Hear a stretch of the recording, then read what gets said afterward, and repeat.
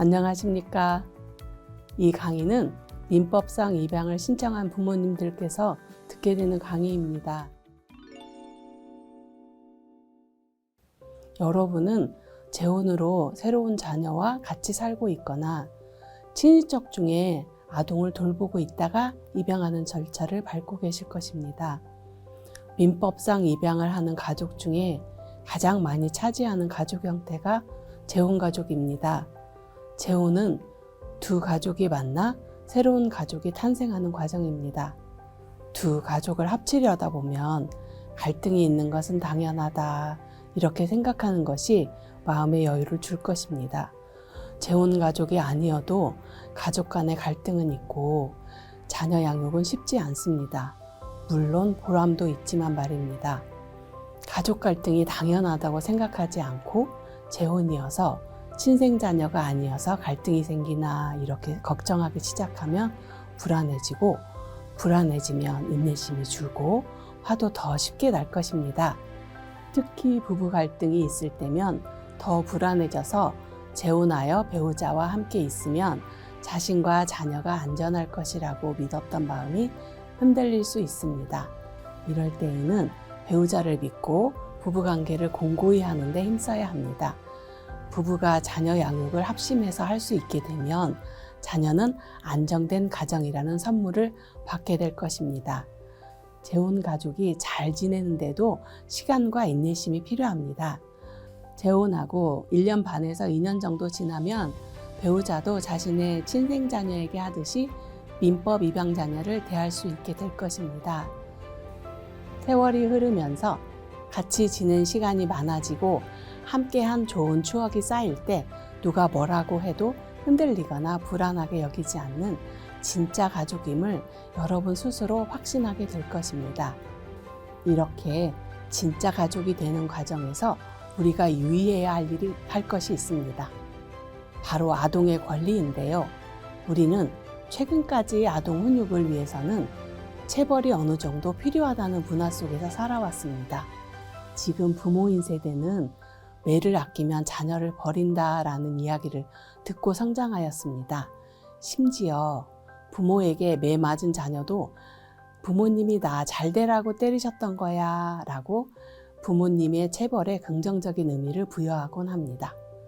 그래서 부모가 공공장소에서 자녀를 체벌하는 것을 보아도 대부분 아동학대로 심각하게 여겨 적극적으로 개입하기보다는 정당한 훈육이겠거니 하고 참견을 꺼리곤 합니다.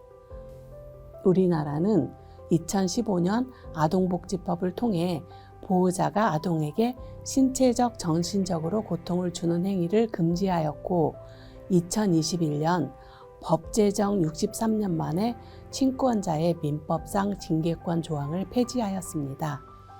이로써 가정 내에서 체벌을 해도 된다는 오용되었던 부분이 바로 잡아지면서 우리나라의 아동 권리 보호를 강화하게 되었습니다. 우리보다 먼저 아동 체벌 금지법을 만든 나라들이 있습니다. 이 나라들도 법을 제정할 당시에는 훈육이 체벌을 통해 이루어지기도 해서 반발이 있었다고 합니다. 법 제정 이후에 아동의 권리를 존중하는 문화가 자리 잡았다고 합니다. 이렇게 아동의 권리 보호를 위한 법률이 만들어진 것은 아동 권리 보호가 더는 윤리적 의무가 아니라 법적 의무, 즉 반드시 지켜야 하는 것이 되었다는 뜻입니다. 각 가정에서 이루어지는 자녀 양육에 사회와 국가가 적극적으로 관심을 가지고 개입도 하게 된 것입니다. 민법상 입양을 하는 가정이라고 해서 예외는 아닐 것입니다.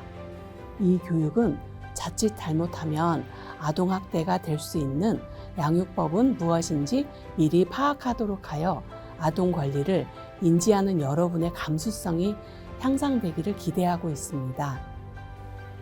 이 교육을 마치고 나면 친생자녀와 민법상 입양자녀의 권리를 존중하면서 양육하는 부모님이 되실 것으로 기대합니다.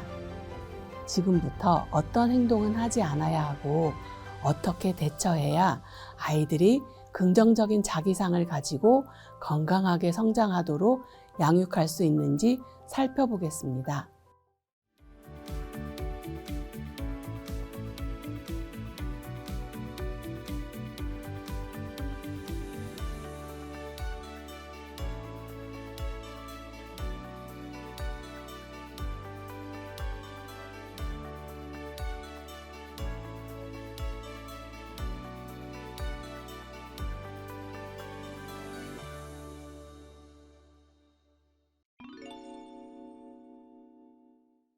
우리는 자녀인 아동을 어떻게 보아야 할까요? 아동하면 가장 먼저 보살펴야 하는 대상이라는 생각이 떠오를 것 같습니다. 이런 관점에서 보면 아동, 특히 어린 영아나 유아는 성인인 부모가 돌봐주어야 살 수 있어서 받기만 하는 수동적인 존재일 것 같습니다. 그런데 국가 간 협의체인 유엔에서는 아동을 기본적인 권리를 누려야 할 사람으로 여기자고 하여 유엔 총회를 통해 1989년에 아동권리협약을 채택하였습니다. 우리나라는 1991년에 이 협약을 함께 지키기로 약속한 나라입니다. 우리나라 아동 권리의 보호를 위해서이지요. 유엔 아동권리위원회에서 지지하는 아동권리협약은 아동을 어떻게 정의하는지 한번 살펴보겠습니다. 아동은 18세 미만인 사람으로 나이, 성별, 국가, 인종 등 어떤 상황에 있든지 차별받지 않고 동등한 권리를 갖는다라고 정의하고 있습니다. 아동 권리를 보호하는 데 필요한 부모의 보호 의무와 자녀의 누릴 권리에 대해서 살펴보겠습니다. 유엔 아동권리협약의 4가지 일반 원칙은 첫째, 아동에게는 차별받지 않을 권리가 있고, 둘째, 아동에게 영향을 미치는 사항은 아동에게 최선의 이익이 되도록 선택해야 한다는 것이고, 셋째, 국가는 아동이 생존과 발달의 권리를 누리도록 필요한 보호와 지원을 해야 하며, 마지막으로 아동에게 영향을 주는 것에 대하여서는 아동의 의견도 존중되어야 한다는 것입니다. 민법상 입양이 이루어지는 가정에서 특히 보호되어야 할 아동의 권리들이 있습니다. 유엔 아동권리협약의 7조, 8조, 9조는 아동의 정체성과 관련하여 부모와 같이 살며 돌봄을 받을 권리, 같이 못 사는 경우 자신의 부모가 누구인지 알고 연락하며 지낼 권리를 명시하고 있습니다. 먼저 7조에 따르면 아동은 가능하면 부모가 누구인지 알고 부모의 돌봄을 받아야 한다고 합니다. 9조에서는 부모와 함께 살지 않는 아동도 아동에게 해롭지 않다면 부모와 연락하며 지내야 한다고 하는 점에서 자녀와 비양육 친생 부모와의 연락을 어떻게 해야 할 것인가에 대한 고민이 있을 수 있습니다. 결론부터 말씀드리면 정기적인 만남을 유지하는 것이 아동 권리 차원에서 적절합니다. 한쪽 친생 부모와 같이 살고 있는 자녀가 비양육 친생 부모도 정기적으로 만날 수 있다면 여러분 자녀의 정체성의 권리와 부모와 연결될 권리가 잘 보호되고 있다고 할 수 있을 것입니다. 그렇지만 이혼한 부모 입장에서는 비양육 친생 부모와 자녀를 정기적으로 만나도록 하려면 상당한 노력이 필요할 것입니다. 조금 더 나아가 본다면 비양육 친생 부모가 자녀 양육에 관여할 수 있도록 허용하여야 합니다. 양육 친생 부모 입장에서 비양육 친생 부모와 관련되지 않기를 바라는 마음이 있을 수 있습니다. 비양육 친생 부모는 자녀에게 관심이 없을 것 같지만 그렇지 않습니다. 자녀의 양육에 대하여 같이 의논할 수 있습니다. 친생 부모가 자신이 전 배우자가 밉다고 자녀에게 올 수 있는 지원이나 관심을 차단하는 것은 넓은 의미로 볼 때 자녀가 누릴 권리를 침해하는 것입니다. 민법상 입양 자녀는 비양육 친생 부모와 양육 친생 부모, 입양 부모와 사이에서 갈등을 경험할 수 있습니다. 특히 비양육 친생 부모와는 일상생활을 같이 하지 않는 관계로 훈육이 필요한 상황이 별로 없을 수 있습니다. 같이 살지 않고 상상 속에서만 만나는 관계는 자녀가 원하는 대로 전개되어서 아주 이상적으로 느껴지기 쉽습니다. 비양육 친생부모라면 이렇게 해줄 거야 라고 상상하는 중에 친생부모 또는 민법상 입양부모에게 지적받거나 혼날 때면 친생부모라면 혼내지 않았을 거야 라는 식으로 비약할 수 있습니다. 민법 입양 자녀가 친생부모와 민법 입양 부모를 믿고 훈육 상황에 들어가서 살면서 하면 안 되는 일을 배워야 할 때 그런 기회를 놓치게 될 수도 있는 것입니다. 이런 의미에서도 민법 입양 자녀는 비양육 친생부모와 정기적으로 접촉하여 훈육받을 기회와 관계를 회복할 기회를 제공받아야 합니다.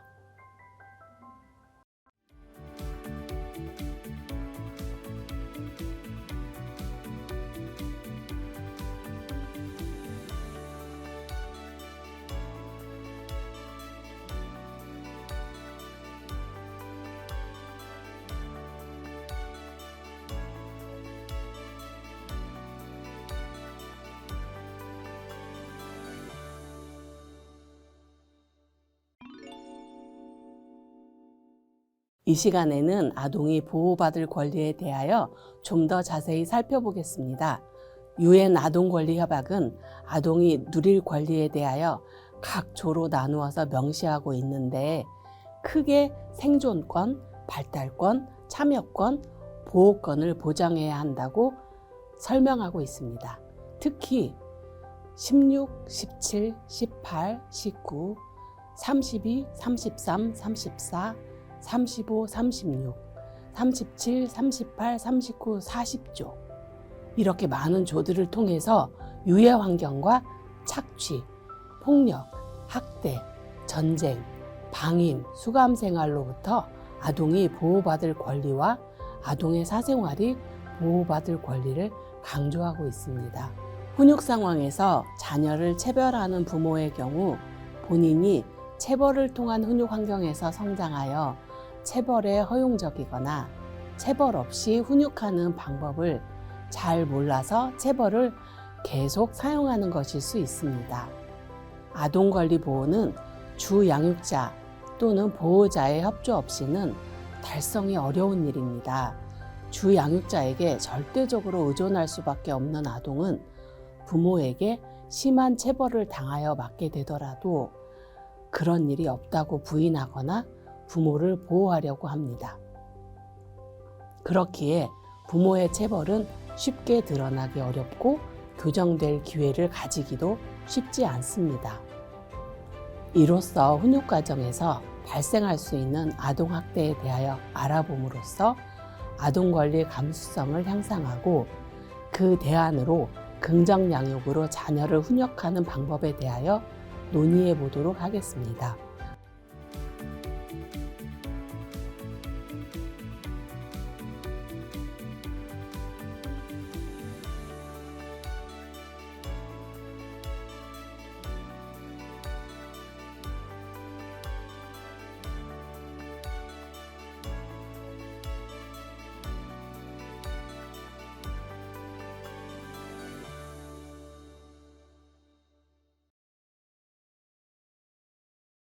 아동학대는 아동의 자유와 권리를 박탈하는 행위를 의미하는데 신체학대, 정서학대, 성학대, 방임 및 유기가 있습니다.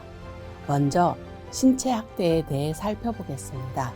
신체학대는 보호자를 포함한 모든 성인이 우발적인 사고가 아닌 상황에서 아동에게 신체적 손상을 입히거나 신체 손상을 입도록 허용한 모든 행위를 말합니다. 신체 손상은 주 양육자나 성인이 자신의 신체나 도구를 사용하여 아동의 신체를 손상하는 것입니다. 재혼 가정뿐 아니라 모든 가정에서 자녀를 양육할 때 자녀를 제지하거나 자녀에게 뭔가 가르쳐야 하는 훈육 과정에서 어려움이 발생합니다. 그래도 자신과 비슷한 자녀의 경우 고집을 부리거나 엉뚱한 소리를 할 때 부모는 자신의 어릴 적 모습이 떠올라 좀 더 쉽게 자녀의 입장을 이해할 수 있습니다. 그런데 부모 자녀 간에 기질적 차이가 있는 경우 부모는 자녀를 더 이해하기 어려울 수 있습니다. 민법상 입양을 신청한 가정의 민법 입양 자녀와 입양 부모의 사이처럼 유전적 요소가 다를 때 자녀를 이해하기 조금 더 어려울 수 있습니다. 훈육해야 하는 부모가 자녀에 대해서 잘 이해되지 않는 경우 부모는 조금 더 쉽게 화가 날 수 있습니다. 자녀의 반응이 예상과 다를 때 자신을 무시하는 것 같이 느껴질 수 있습니다. 부모는 자녀가 올바르게 자라기를 바라면서 훈육하는데 그 훈육이 화가 난 상태에서 이루어지면 조금 더 쉽게 체벌로 이어질 수 있습니다. 체벌로 훈육을 하게 되면 자녀가 올바르게 성장하도록 훈육하려던 본래의 의도와 달리 오히려 자녀가 폭력에 익숙한 성인으로 성장할 가능성을 높인다는 연구도 있습니다. 예를 하나 들어보겠습니다. 남편이 퇴근할 시간에 두 돌 된 아이를 거실에 두고 저녁 준비를 하는 아이 엄마는 재혼하였습니다. 이 아이는 남편의 전혼 자녀로 아이가 1살 때 만났습니다. 1년 정도 아이와 같이 살다가 이번에 아내가 입양하려고 법원에 신청하였습니다. 아이의 친생모도 그동안 민법 입양모가 아이 키우는 모습을 보고 안심이 되었는지 아이의 입양에 동의했습니다. 두 돌 된 이 민법 입양 자녀는 요즘 호기심이 왕성합니다.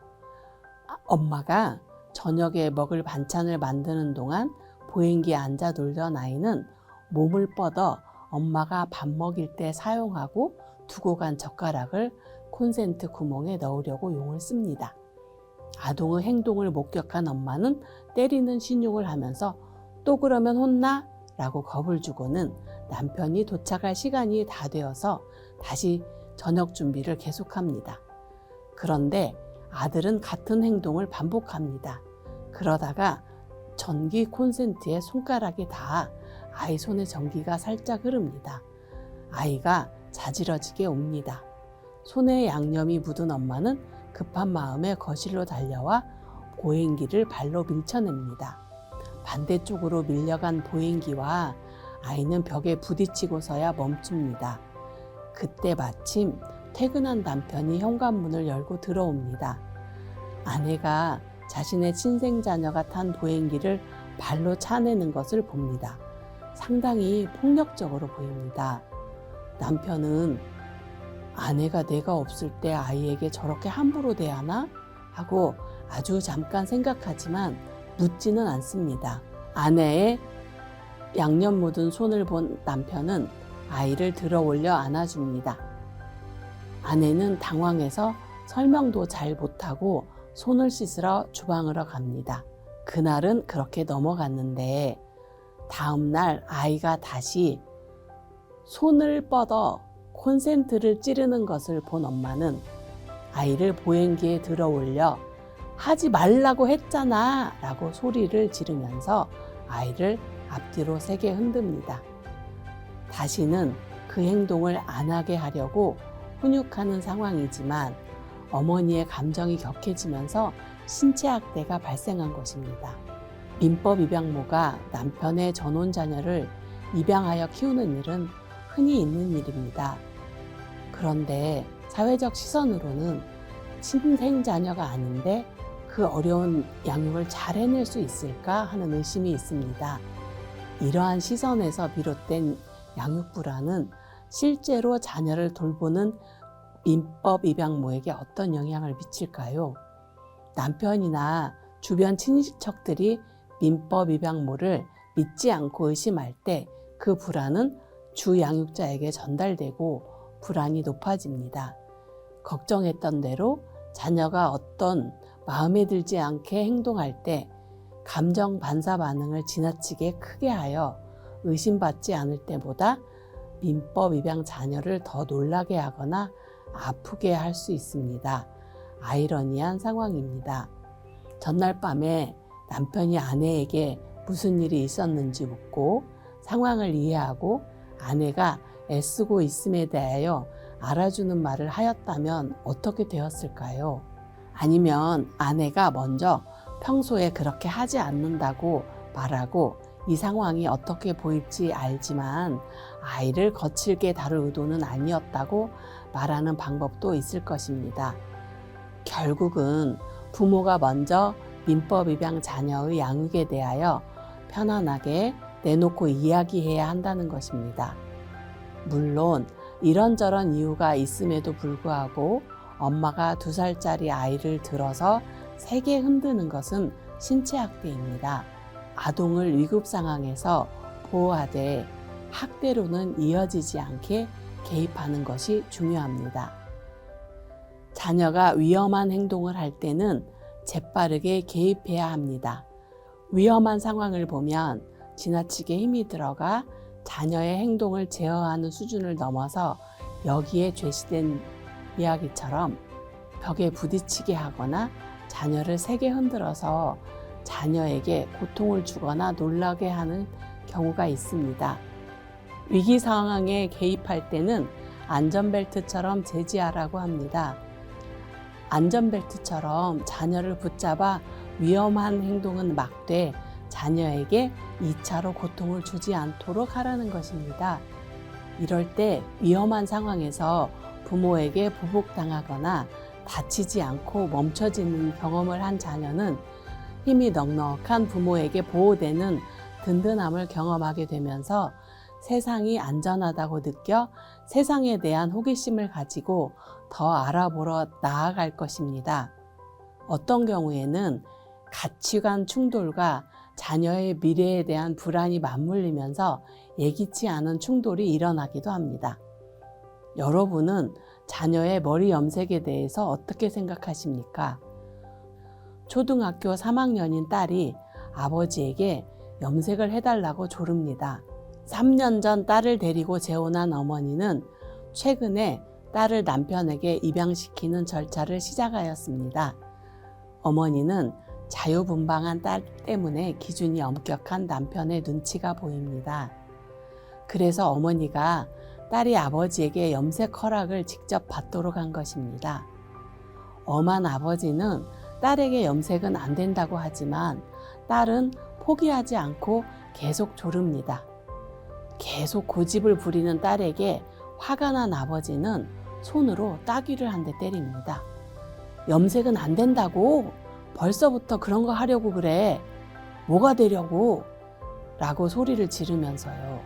딸은 맞으면서 아버지에게 염색이 어때서 그래? 라고 대듭니다. 딸은 속도 상하고 아프기도 해서 웁니다. 어머니는 옆에서 뭐 잘했다고 울어? 라고 나무랍니다. 이런 상황이라면 아버지의 딸에 대한 기대, 걱정, 사랑은 전달되지 않고 화내고 때리는 아버지로만 딸에게 경험될 것 같습니다. 이럴 때 아동권리보장원에서 캠페인을 벌이고 있는 긍정양육 129 원칙을 적용해 보면 좋겠습니다. 1은 아동은 독립된 인격체라는 기본 전제입니다. 2는 2가지 실천 원리로 부모 자녀 간에 상호소통과 이해가 있고 신뢰가 있어야 한다는 것입니다. 이 전제를 바탕으로 9가지 실천 방법이 있습니다. 첫째는 자녀를 알고, 둘째, 부모인 나를 돌아보고, 셋째, 관점을 바꾸고, 넷째, 자녀와 부모가 같이 성장하는 방향으로, 다섯째, 자녀의 말에 온전히 집중해서 듣고, 여섯째, 공감하고, 일곱째, 일관성을 유지하고, 여덟째, 부모의 실수를 인정하고, 아홉째, 사회와 부모가 함께 키우자는 것입니다. 긍정양육 캠페인은 아동권리 운동입니다. 이 129 원칙을 적용해서 염색을 허락해달라고 조르는 딸을 긍정적으로 훈육하면 어떻게 해야 할까요? 우선 자녀 알기입니다. 아버지가 딸에 대해 알아야 합니다. 이 경우는 딸이 왜 염색하고 싶은지 알아볼 필요가 있습니다.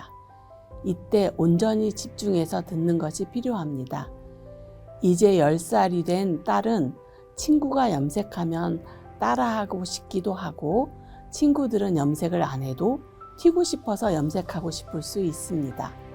이렇게 자녀를 알게 되면 자녀의 지나쳐 보이는 요구가 이해되면서 화가 덜 나거나 더 나아가 원하는 것을 들어줄 수 있을 것입니다.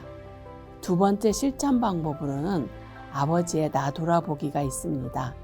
아버지는 딸을 염색하는 것이 왜 싫은 일이고 허락할 수 없는 일인지 스스로 마음을 살펴볼 필요가 있습니다. 아버지가 알고 있는 염색에 대한 선입견이 있고, 그로 인해 딸의 염색을 반대하고 있는 마음을 발견해야 합니다. 결국 그 반대 이면에 있는 딸에 대한 걱정과 딸이 잘 성장하기를 바라는 마음을 알아차려야 합니다. 세 번째로, 아버지가 염색에 대한 편견을 버리고 관점을 바꿀 수도 있습니다. 딸이 그렇게 원하는 일이니 머리 염색 때문에 딸을 불량하게 보일까봐 걱정했던 마음임을 알고 자기를 표현하고 싶은 딸의 마음을 이해하게 된다면 말입니다. 딸도 자신을 걱정하는 아버지 마음을 알고 염색하겠다는 마음을 접을 수도 있습니다. 네 번째로, 부모와 자녀가 같이 성장하는 것입니다. 부모와 자녀가 같이 성장하려면 딸의 염색을 반대하는 아버지의 마음 이면에 있는 딸에 대한 우려가 딸에게 전해져야 합니다. 강한 체벌로 딸의 뜻을 꺾는 것보다는 염색을 반대하는 아버지의 걱정과 딸에 대한 기대가 딸에게 전달되면 딸은 아버지가 무조건 자신이 하고 싶은 일을 반대하는 것이 아니라는 것을 알고 아버지의 반대를 수긍할 수 있게 될 수 있습니다. 이런 과정을 함께 겪고 서로 다른 의견을 조율하는 것이 부모와 자녀가 같이 성장하는 것이 아닐까 생각합니다. 이렇게 부모와 자녀가 함께 성장하는 것은 다섯째 실천 방법인 자녀의 말에 온전히 집중해서 듣고, 여섯째 실천 방법인 자녀의 말에 공감해야 가능할 것입니다. 그 이후에 부모는 일곱째 실천 방법인 일관성을 유지해야 합니다. 실컷 조율해 놓고 나중에 다른 말을 하면 자녀는 좌절하고 아버지에 대한 신뢰를 잃어버릴 것입니다. 여덟 번째 실천 방법으로 부모의 실수를 인정해야 합니다. 급한 마음에 자신의 속마음도 알아차리지 못한 아버지는 자녀가 고집 부린다고 화가 난 나머지 자녀를 때린 것에 대해서는 자녀에게 사과해야 합니다. 그리고 사과한 행동은 반복하지 않아야 합니다. 이런저런 시도를 해보았는데 부녀 관계가 잘 안 풀리면 가정 밖에서 도움을 청해도 됩니다. 아홉째 실천 방법이 사회와 부모가 함께 키우자는 것입니다. 가정 밖에서 전문가의 도움을 받으면 생각보다 쉽게 이런 고비를 극복하게 되기도 합니다. 다른 예를 들어보겠습니다. 친인척 민법 입양을 하는 가족들은 부모가 떠난 민법 입양 아동을 아동보호시설이 아닌 자신이 직접 입양하여 핏줄에 대한 책임을 다하려고 합니다. 그렇지만 이 아동에 대한 감정에는 아동의 친생부모에 대한 감정이 복잡하게 섞여 있을 수 있습니다. 이 점을 알아차리고 민법 입양 자녀와 아이의 친생부모를 구분 지으려는 노력을 하지 않으면 민법 입양 아동의 사소한 실수에도 친생부모에 대한 감정이 떠올라 실제 아동이 잘못한 것보다 더 크게 화내고 혼낼 수 있습니다. 다문화 가정의 민법 입양 아동의 경우 언어 장벽과 문화 차이로 인하여 한국 문화에 적응하는 데 시간이 걸립니다. 상당 기간을 기다려주고 경제적 지원도 해야 중도 입국한 민법 입양 자녀들이 안정감 있게 성장할 수 있습니다. 그런데 한국이라는 낯선 문화에 아직 완전히 적응하지 못한 아동은 자기가 살던 곳에서 당연했던 태도나 말을 함으로써 민법 위반 부모에게 무례하다는 인상을 주게 되는 상황이 벌어지기도 합니다. 민법 위반 아동이 말이 통하지 않아 부모의 훈육을 잘 따르지 못하면 부모는 자신의 훈육을 무시한다고 화가 나면서 체벌을 가할 수도 있습니다. 다문화 민법상 입양 부모님은 중도 입국 민법 위반 아동을 대할 때 특별히 더 많은 여유를 가지고 대해야 합니다. 게다가 다문화 중도 입국 민법 입양 아동은 입양 가족 이외에는 친인척 같은 지지 체계가 없는 경우가 대부분이라서 부모가 보호해주지 않으면 어려운 상황에 고립될 수 있기에 더 여유를 가지고 세심하게 신경 쓰며 대해야 합니다. 129 긍정 양육의 첫 번째 실천 방법인 자녀 알기를 해보겠습니다. 자녀 입장에서 보면 한국 사회의 모든 것이 낯설고 두려울 것입니다. 우리에게는 상식인 어떤 일이 이 아동에게는 처음 겪는 일일 것이기 때문입니다.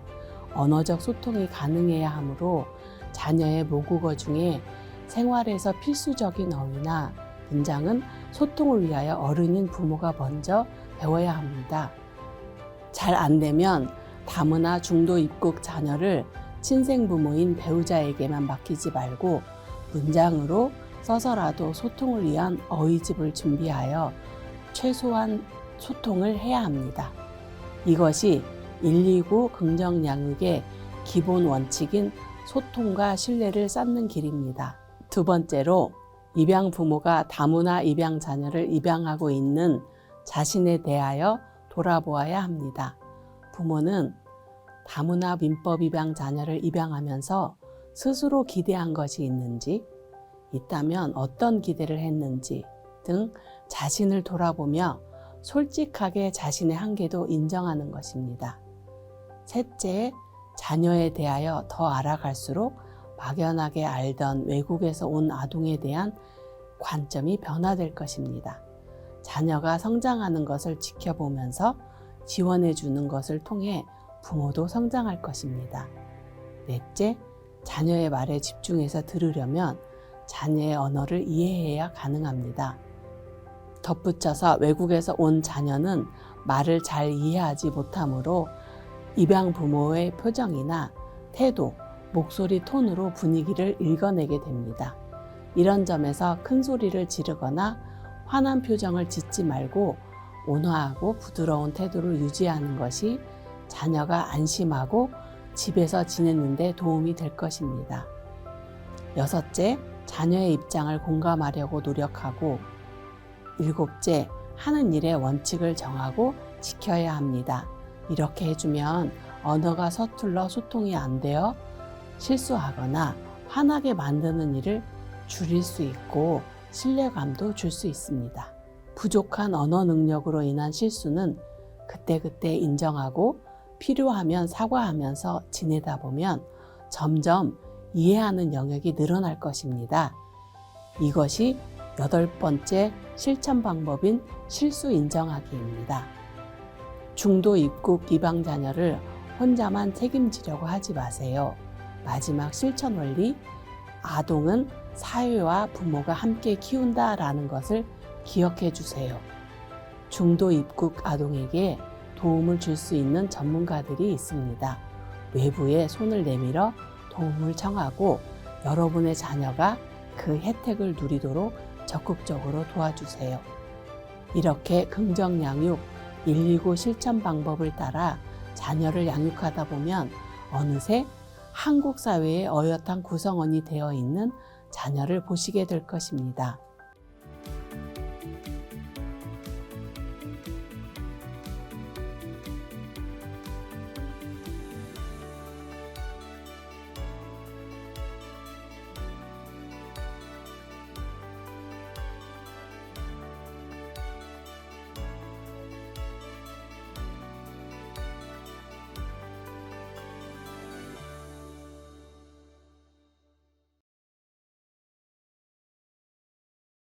다음으로 정서적 학대에 대해 알아보겠습니다. 정서적 학대는 신체적 학대에 비하여 정의하기가 어렵습니다. 보호자를 포함한 성인이 아동에게 말로 모욕을 주고 정서적으로 위협하고 가두거나 하고 싶은 것을 못하게 하는 것, 기타 가학적인 행위를 하는 것으로 언어적, 정신적, 심리적 학대라고도 합니다. 일반적으로 신체적 학대에 비해 정서적 학대는 잘 드러나지 않습니다. 그렇지만 아동은 타격을 받아 의기소침해지고 단계별 발달에 대한 의욕을 잃어버리게 됩니다. 정서적 학대의 한 예를 들어보겠습니다. 신데렐라 이야기는 여러분 모두 들어보신 적이 있을 것입니다. 우리는 계모로부터 학대받은 신데렐라를 안타깝게 생각하지요. 그런데 신데렐라가 학대받는 동안 계모는 자신이 데려온 친생자녀 둘에게도 정서적 학대가 가해진 것은 몰랐을 것입니다. 신데렐라가 학대당하는 장면을 보는 신데렐라의 언니들은 자신도 모르는 사이에 정서적 학대를 당한 것입니다. 동화책에는 나와 있지 않지만 신데렐라의 언니들은 어머니가 신데렐라를 홀대하는 것을 보면서 자신도 어머니 마음에 들지 않으면 홀대당할 수 있다는 것을 배워 부모에 대한 무조건적인 신뢰를 잃어버리게 됩니다. 실제로 아동이 정서가 불안정하고 이유 없이 학업 성취가 떨어진다고 상담에 오는 경우가 있습니다. 초기 면접을 해보면 아이들은 한 번도 부모에게 혼나거나 맞지 않았다고 합니다. 그런데 나중에 언니나 오빠, 형이나 누나 또는 동생이 말썽을 피워서 수시로 부모에게 맞았고 그것을 목격하였다는 것을 이야기하곤 합니다. 다른 형제자매가 체벌받는 것을 목격하면 자녀는 부모가 자신이 어떤 상태이어도 안전하게 지켜줄 것이라고 믿는 틀이 깨지게 됩니다. 세상이 안전하지 않다는 것을 가정에서 직접 목격함으로써 세상에 대한 안정감이 깨지는 것입니다. 여기에서 이야기하려는 것은 신데렐라에게 직접 가해진 신체적, 정서적 학대가 중요하지 않다는 것이 아니라 가정에서 누군가에게 언어적 폭력, 비언어적 폭력이 가해지면 그것을 보기만 해도 모든 가족이 그 영향을 받는다는 것입니다. 다른 예를 들어보겠습니다. 사춘기인 큰딸이 미용실에서 머리를 짧게 자르고 집에 왔습니다. 딸의 짧은 머리 모양이 엄마 눈에 예뻐 보이지 않습니다.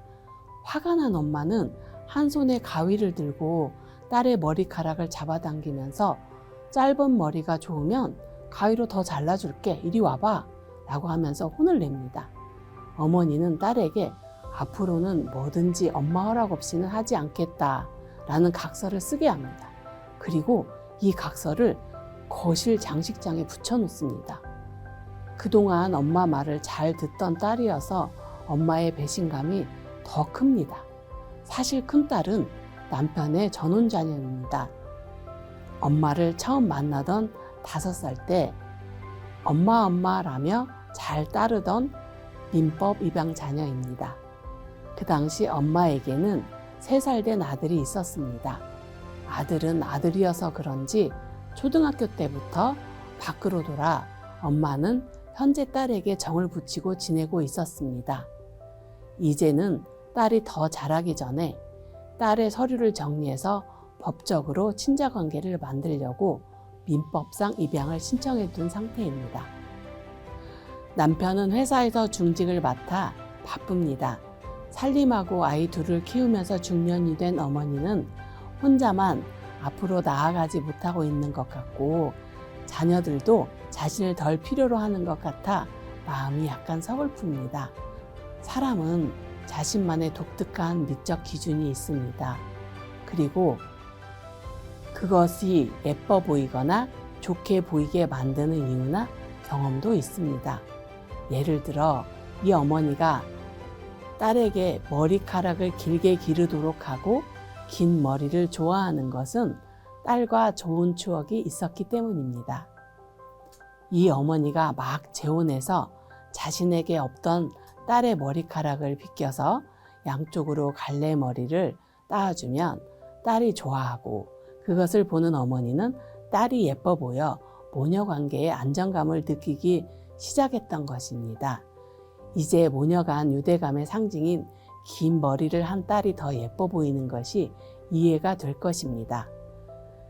이제 다시 머리 잘랐다고 혼내는 장면으로 와보겠습니다.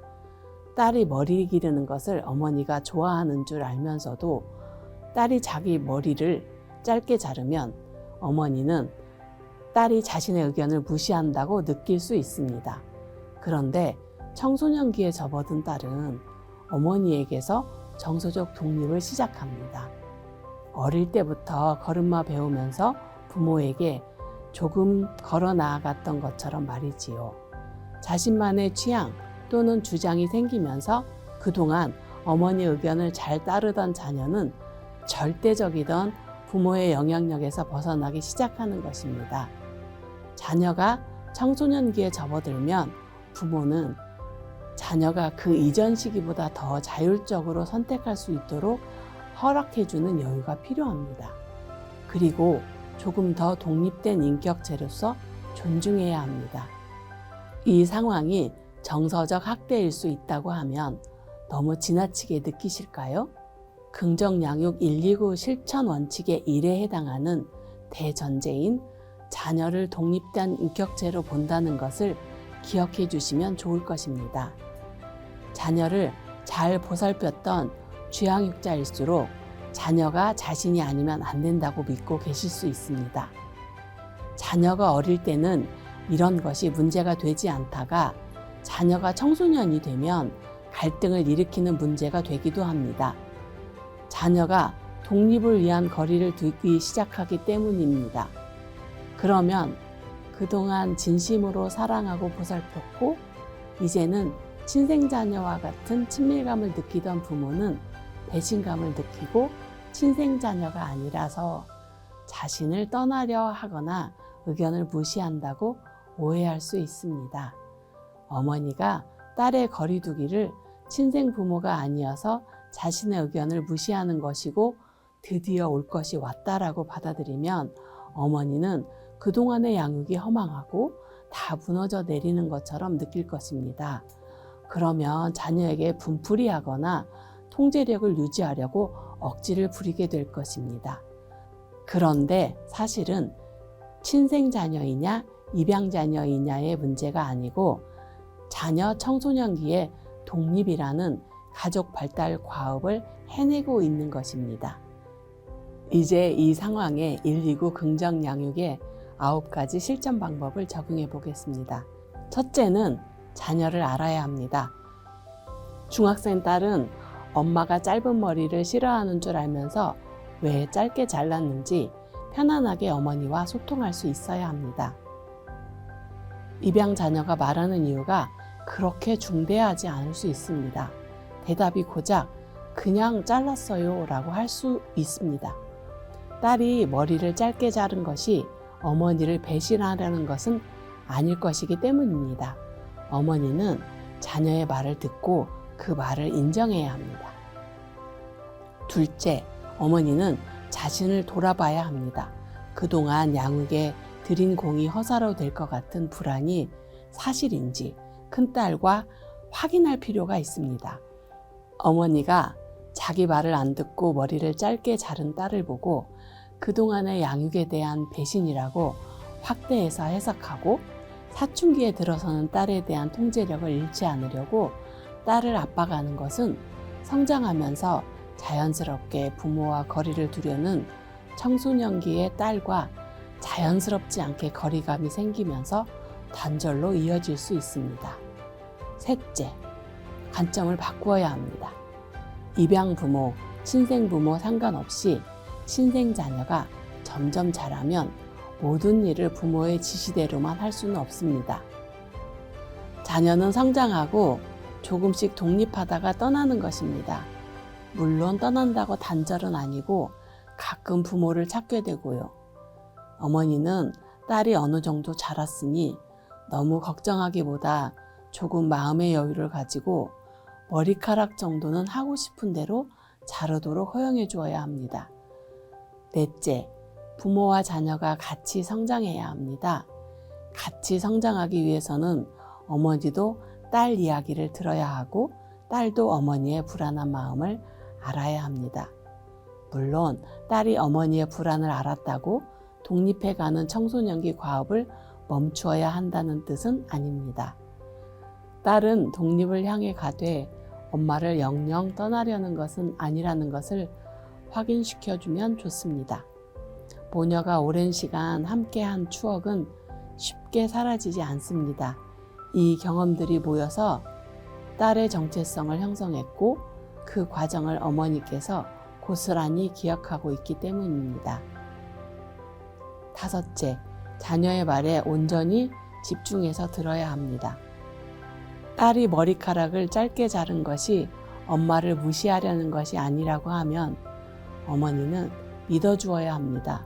어머니가 지레짐작으로 큰딸이 엄마가 친생부모가 아니라고 무시하던 마음이 행동으로 나타난 것이라고 비약하면 엄마에게도 딸에게도 큰 상처가 될 것입니다.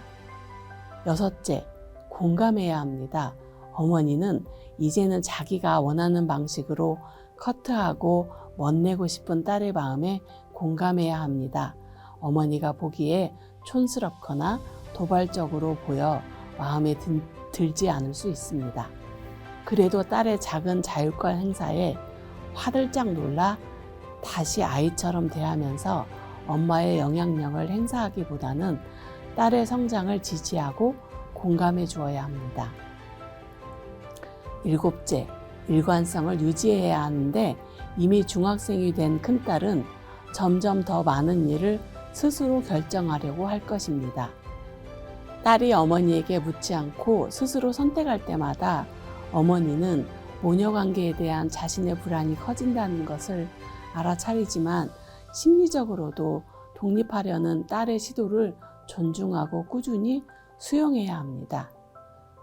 8째, 어머니는 자신의 실수를 인정해야 합니다. 딸이 죄를 지은 것도 아닌데 엄마가 놀라서 자녀를 다시 어린아이처럼 통제하려 하고 자녀의 의도를 오해했기 때문입니다. 실수를 인정하고 사과한다고 부모의 권위, 비록 그분이 민법 입양 어머니라고 해도 그 권위가 줄어들지 않습니다. 딸은 어머니가 실수를 인정하고 사과하는 넉넉한 품성을 보고 더 존경하게 될 것입니다. 단 너무 자주 실수하고 사과하는 일은 만들지 않는 것이 좋습니다. 9째, 사회와 부모가 함께 키웁니다. 자녀와 어머니 사이가 대화로 잘 해결되지 않으면 학교 상담 같은 외부 지원을 받아도 좋을 것입니다.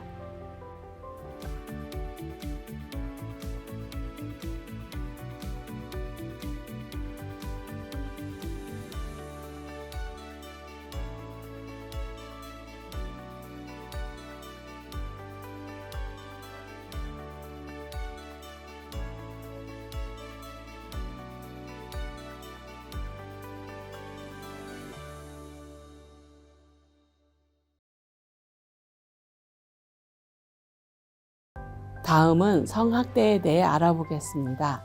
성학대란 보호자를 포함한 성인이 자신의 성적 만족을 위하여 18세 미만의 아동에게 행하는 모든 성적 행위를 말합니다. 성장한 자녀와 이성 부모가 목욕을 같이 하는 것, 상당히 성장한 자녀를 이성 부모가 씻겨주는 것, 부모 또는 성인인 형제가 목욕하고 벗은 몸으로 나와서 자녀가 벗은 몸을 목격하도록 하는 것, 노출 수위가 높은 드라마나 영화를 자녀가 볼 수 있는 시간과 공간에서 보는 것도 성적인 학대에 해당됩니다. 직접적인 성적 학대가 아니어도 가정에서 벌어질 수 있는 성적 학대 상황을 살펴보겠습니다. 재혼 전에 엄마랑 같이 자던 딸이 엄마가 재혼한 후에 자신을 덜 사랑하게 될까봐 불안하여 더 매달리고 자기 방에서 따로 자지 않으려고 할 때 난감할 수 있습니다. 제 직업상 상담을 하다 보면 부모들이 어린 자녀와 한 방에서 잡니다. 문제는 한 방에서 자면서 부부는 부부관계를 하기도 한다는 것입니다. 자녀가 깊이 잠들었으니 괜찮겠지 하거나 어리니까 모르겠지 하는 것입니다. 그런데 잠든 자녀는 언제든지 깰 수 있고 어리다고 모르는 것이 아닙니다. 성에 대해 잘 이해할 수 없는 어린 자녀가 부모의 성관계를 목격하면 이를 이해할 수 없는 어떤 폭력적인 것으로 생각할 수 있습니다. 즉, 부부관계를 노출하는 것도 자녀에게는 타격을 줄 수 있는 성적 학대에 해당됩니다. 사실 어린아이와 부부가 함께 자는 것은 자녀들은 잠이 올 때 엄마를 가장 많이 찾기 때문입니다. 아직 시간 개념이 생기지 않은 자녀는 내일 아침을 예상할 수 없어서 잠드는 것이 곧 엄마와 영영 헤어지는 것으로 경험된다고 합니다. 잠잘 때 엄마와 떨어지는 것을 불안해하는 자녀에게 이렇게 대해주세요. 어린 자녀를 혼자 잠들게 하지 마시고 재워주세요. 자녀가 잠들 때 곁에서 자녀에게 잘 자고 내일 아침에 다시 만나자고 꼭 이야기해 주세요. 자녀가 조금 더 자라서도 유난히 떨어지지 않으려고 한다면 자녀에게 엄마가 자신을 영영 떠날까봐 불안한 마음은 없는지, 왜 그런 생각을 하게 되었는지 알아보는 것이 필요합니다. 조금 의아하실 수 있지만 반대로 엄마가 자녀를 떼어놓기 불안한 것은 아닌지도 점검해 볼 필요가 있습니다.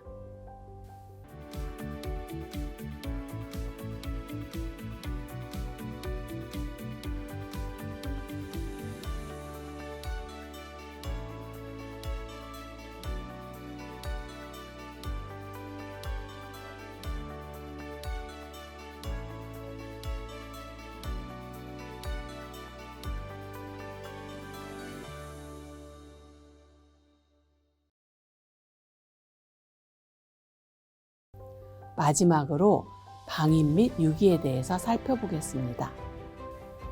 방임은 보호자가 아동을 위험한 환경에 처하도록 버려두거나 아동에게 필요한 의식주, 의무교육, 의료적 조치 등을 행하지 않는 것을 말합니다.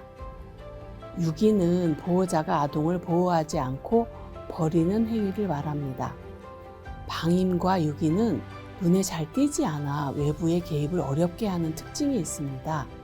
그래서 방임과 유기가 조기에 발견되지 않고 만성적으로 이루어지는 경우 아동 발달에 매우 부정적인 결과를 초래할 수도 있습니다. 방임의 경우 주 양육자가 같이 있는 상황에서 상호작용을 안 하는 식으로 벌어질 수도 있어서 자녀가 자라는 동안 눈에 띄는 어려움이 없어 보일 수 있습니다. 방임 상황에서 성장한 아동은 사회적으로 성취를 이루어도 공허함과 우울감에 고통받을 수 있습니다. 일상생활에서 흔히 일어나는 일로 방임이라고 알아차리지 못하는 방임 예를 하나 들어보겠습니다. 한국에선 아이들만 잠깐 차에 두고 볼일을 보기도 합니다. 아이들을 데리고 내리면 일이 훨씬 복잡해지기 때문입니다. 이것도 방임이라고 볼 수 있다고 하면 어떠십니까? 그런데 미국에서는 방임으로 신고되어 아동학대 혐의로 조사를 받을 수 있다고 합니다. 왜 그럴까요? 한국과 미국에서 자녀를 차에 두는 것에 대한 반응이 다른 이유는 아동 방임에 대한 문제의식이 다르기 때문으로 보입니다. 미국에서는 도서관에 책을 반납할 때, 세탁소에 옷을 맡길 때, 슈퍼에 갈 때 1분도 자녀를 차에 혼자 두면 안 된다고 교육하는 팸플릿이 도서관 같은 곳에 비치되어 있다고 합니다. 아이들만 차에 두면 안 되는 이유는 차 안 온도가 몇 분 내에 치명적인 수준까지 올라갈 수 있기 때문이고, 자녀가 차를 우연히 움직이게 해 위험해질 수 있으며, 아이가 부모를 찾으러 차 밖으로 나올 수도 있고 아이가 납치될 수도 있기 때문입니다. 차 안에 아이를 혼자 두지 마세요. 또한 집 안에 혼자 두고 오랜 시간 외출하는 것도 마찬가지로 해서는 안 되는 행동입니다. 방임의 다른 예를 들어보겠습니다. 결혼 이민 여성인 아내는 한국인 남편과 고민한 끝에 고국에 있는 13살 된 전혼 자녀를 한국에 데려옵니다. 그리고 남편의 아들로 입양합니다. 엄마가 한국으로 떠나면서부터 외가에서 자란 아이는 엄마와 8년을 떨어져 지냈습니다. 아들이 엄마를 만나 반가운 것도 잠시 엄마와 아들은 서로에 대해서 잘 모른다는 것을 확인하고 서먹해집니다. 언어와 문화가 낯선 아들은 학교에도 잘 적응하지 못합니다. 그렇다고 엄마가 학교에 가서 자녀를 돕기에는 역부족입니다. 예상과 달리 잘 적응하지 못하는 아들이 부담스러운 엄마는 한국인 남편과 이제 태어난 아들이 있는 재혼 생활을 잘 유지하기 위하여 전혼 자녀에게 방을 얻어주고 따로 살게 합니다. 이후로는 일상생활에서 필요한 음식, 옷 등의 것을 자녀 자취방에 채워주고 최소한의 교류만 하고 지내고 있습니다. 자녀의 입장은 어떨까요? 자녀가 외로울 것 같습니다.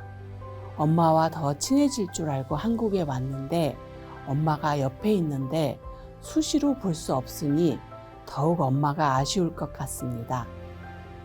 그리고 화도 날 것 같습니다. 엄마가 자기를 한국에 오게 해서 가족들과 헤어지게 해놓고 충분히 보살펴주지 않으니까요. 그런데 엄마는 어떨까요? 엄마도 속이 상하고 자녀에게 미안할 것입니다. 이럴 경우에는 한국인 남편이자 아버지가 이 둘의 입장을 알아차리고 이해해 줄 필요가 있습니다. 중도 입국 자녀의 적응이 순조롭지 않은 것은 당연하다고 여기고 밖에서 지내게 하기보다는 같이 지내면서 보호해주고 가르쳐 주어야 적응이 더 빨라질 것입니다. 한국 사회와 문화에 적응하는 데는 한국인 배우자의 도움이 꼭 필요합니다. 마음처럼 잘 도와주기 어려우면 지역사회 내에 있는 다문화 사회복지기관에 도움을 신청하시기 바랍니다. 자녀와 백화점이나 마트에 갔다가 난처한 일을 당한 적이 있으시지요? 나이가 어린 딸이나 아들이 자기가 원하는 장난감을 사달라고 떼를 쓰게 되는 상황 말입니다. 다음에 사준다고 오늘은 안 된다고 해도 어린 아들은 포기하지 않습니다. 급기야 바닥에 누워 팔다리를 휘저으며 장난감을 사내라고 합니다. 그때 마침 자신의 재혼과 아들이 남편의 전혼 자녀임을 아는 아이 유치원 친구 엄마가 저쪽에서 다가오는 것이 보입니다. 순간 당황한 엄마는 상품 진열대 옆칸으로 몸을 피합니다. 자녀 관점에서 이 상황을 보면 어떨까요? 당장 눈앞에 있는 새로운 공룡이 갖고 싶어 떼를 쓰던 아들은 갑자기 엄마가 사라지면서 혼자 남겨지는 것을 경험합니다. 이것은 이미 전에 부모의 이혼으로 친생 엄마와 헤어진 적이 있는 아이에게 정말 무서운 일입니다. 말은 안 하지만 새엄마도 자신을 두고 떠날 수도 있다는 걱정이 있던 차이니 말입니다.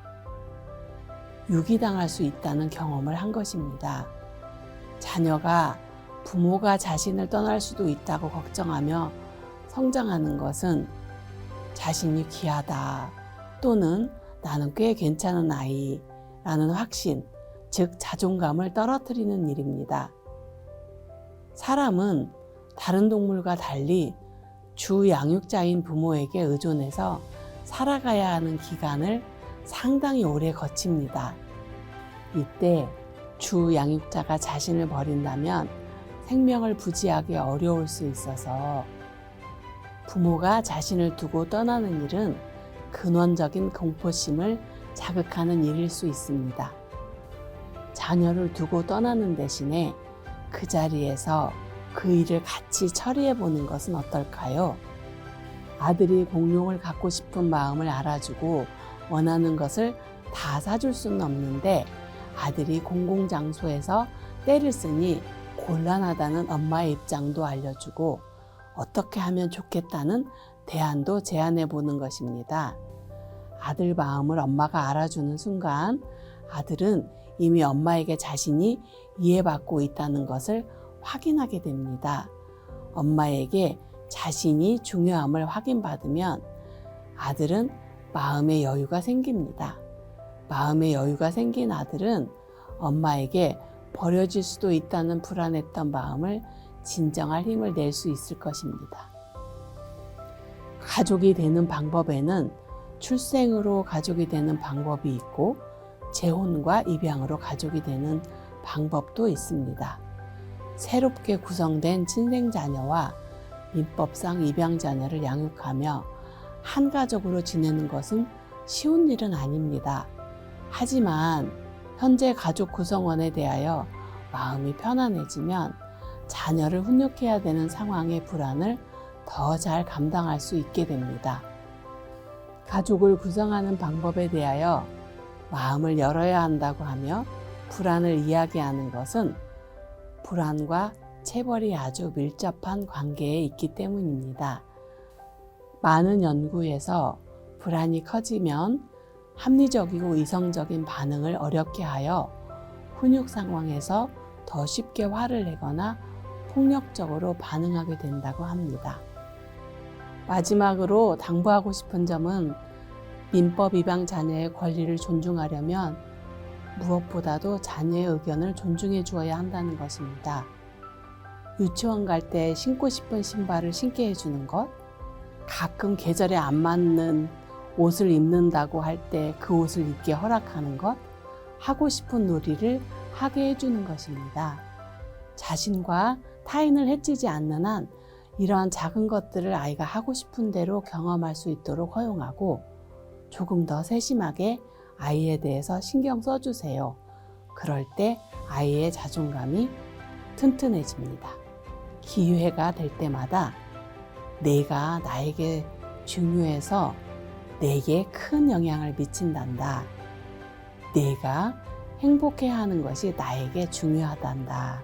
라는 메시지를 부모의 말을 통해, 눈빛을 통해, 자녀를 배려하는 태도를 통해 아이에게 전달될 수 있기를 바랍니다. 오늘 열심히 배우신 아동 권리를 존중하는 양육 방법을 가정에서 배우자와 함께 매일 실천해 보시기를 권장하고 또 기대합니다. 지금까지 민법 입양 부모교육 위촉 강사 서울여대 가족상담센터 김성희 실장이었습니다. 감사합니다.